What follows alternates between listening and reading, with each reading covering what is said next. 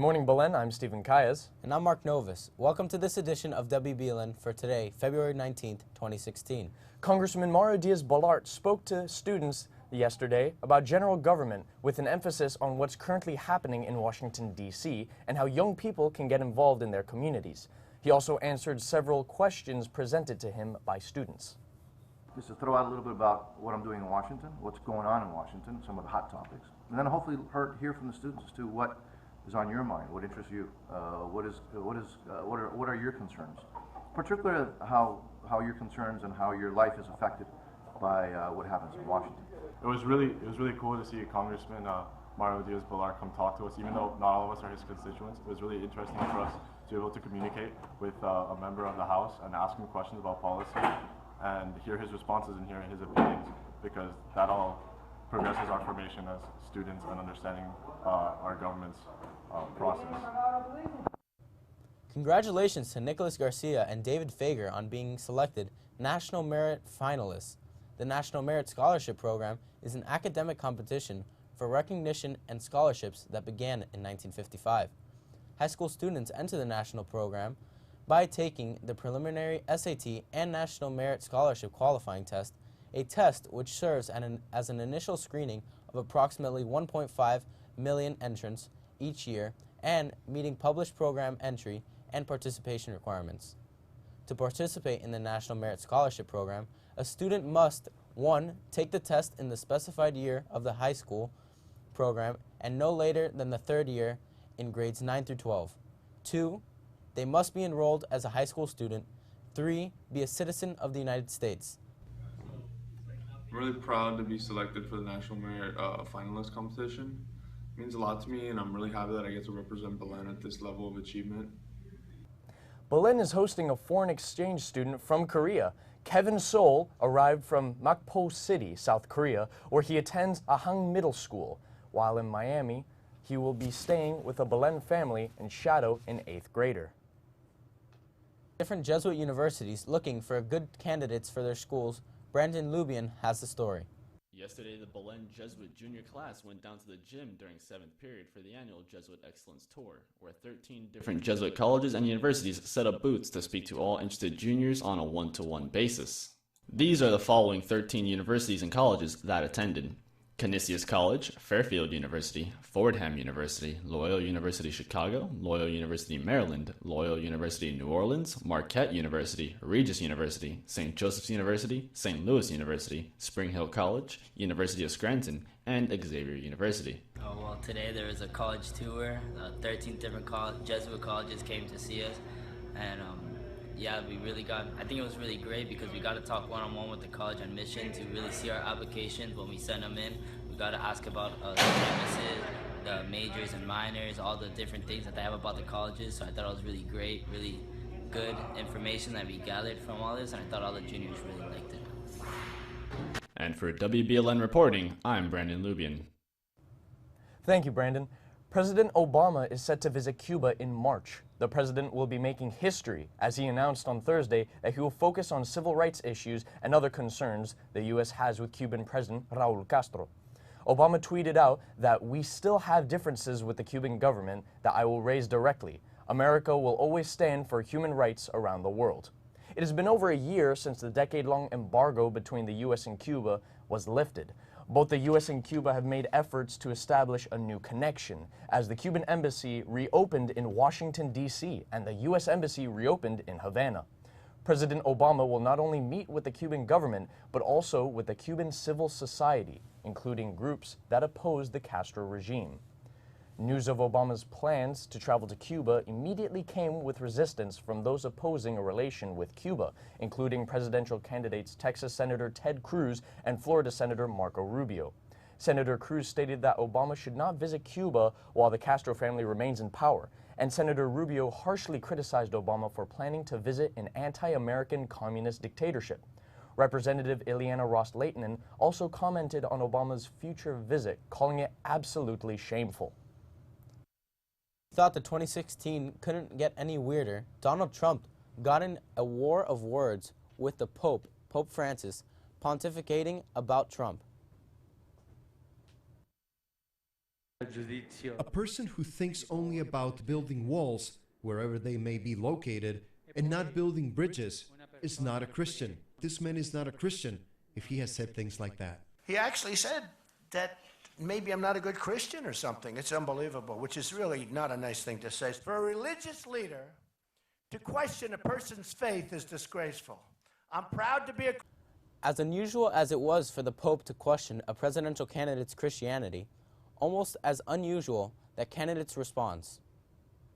When the Vatican is attacked by ISIS, which as everyone knows is ISIS's ultimate trophy, I can promise you that the Pope would have only wished and prayed that Donald Trump would have been president. Because it's true.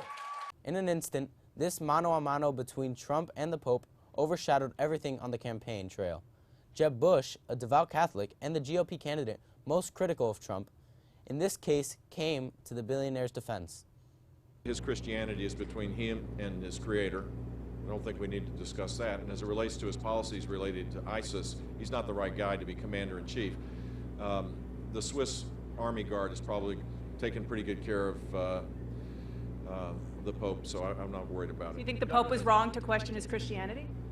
I don't question anybody's Christianity because I honestly believe that that's a relationship that you have with your creator, and it only enables bad behavior when someone from the outside our country talks about Donald Trump.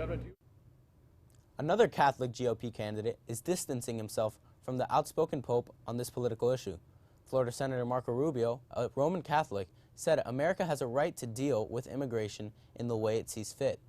He also defended the idea of building a wall, says it's also a way of keeping the country safe from potential terrorists.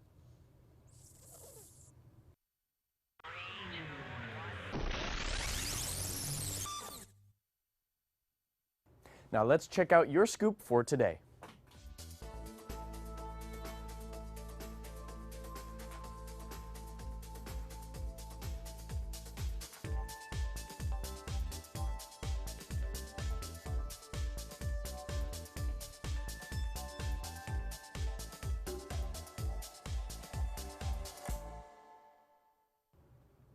Now stay tuned as we bring you weather and sports right after these messages.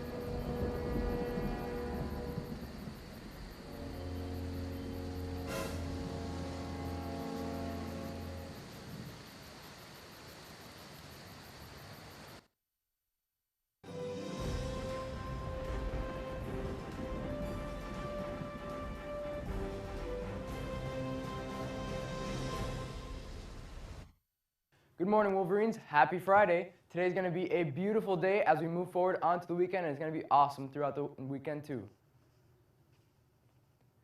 As you can see, there's nothing going on in the map, so it's going to be a beautiful day with no clouds. So let's take a look at today's highs and lows.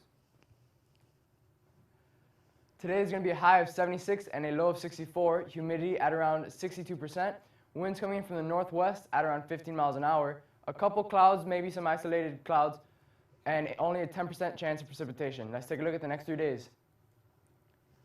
Tomorrow, the high of 74 and a low of 64 with no chance of rain. Sunday, a high of 74 and a low of 65 with a 10% chance of rain. And on Monday, a high of 75 and a low of 69 with no % chance of rain. Now to Frankie with sports.